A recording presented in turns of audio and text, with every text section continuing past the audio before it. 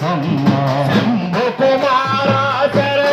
శరణ శంభు కుమార శరణ శరణ ఇక్కడ చూడు శంభు కుమార శరణ శరణ శంభు ఎడగొనండి